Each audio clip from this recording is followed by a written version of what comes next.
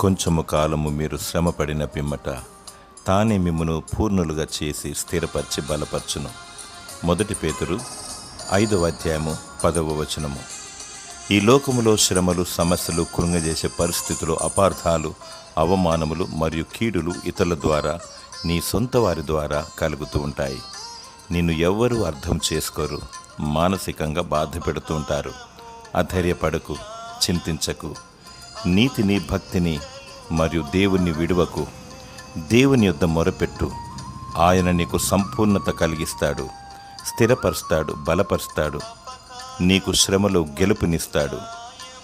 దేవుడు తన బాహుబలము చేత నిన్ను ఆదుకొనుగాక. ఆమెన్.